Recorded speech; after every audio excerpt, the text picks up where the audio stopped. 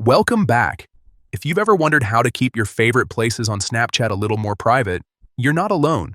Snapchat's map features are great, but sometimes you don't want your friends seeing every spot you love visiting.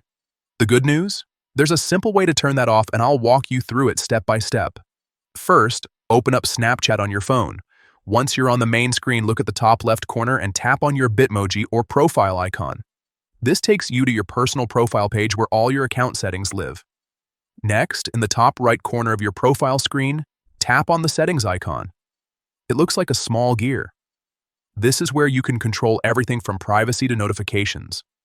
Now, scroll down through the settings menu until you find the section labeled Account Actions. Don't worry if it takes a second to find, it's a bit further down the list. Once you're there, tap on Map. This section controls how your location and place activity are shared with others.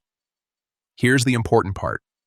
You'll see an option that says something along the lines of using places you've tagged in your stories or favorited to recommend places to your friends. All you need to do is uncheck or turn off that option. And that's it. From now on, Snapchat won't use your tagged or favorite